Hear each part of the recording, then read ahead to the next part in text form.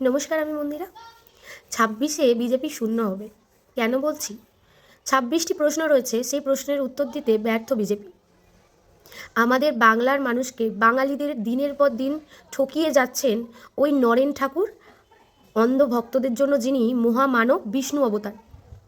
প্রথম প্রশ্ন, 2016 সালে নোটবন্দির সময় উনি বলেছিলেন কালো টাকা ধ্বংস হবে, অর্থনীতি সচ্ছল হবে, সাধারণ মানুষ উপকৃত হবে। কয়েক বছর পর প্রশ্ন উঠছে, কোথায় গেল কালো টাকা? এই নোটবন্দিতে কাদের লাভ হলো, কাদের ক্ষতি? ছোট ব্যবসা ভেঙে পড়লো কেন? উত্তর আছে আপনার কাছে? আমরা দেখেছি নোটবন্দির সময় সাধারণ মানুষ লাইন দিয়ে 150 জনের বেশি মানুষ প্রাণ হারিয়েছিলেন। আপনি এর উত্তর দিতে পারবেন? পারবেন না। বিজেপি এর উত্তর দিতে ব্যর্থ। বিজেপি রসগোল্লা পেয়েছে।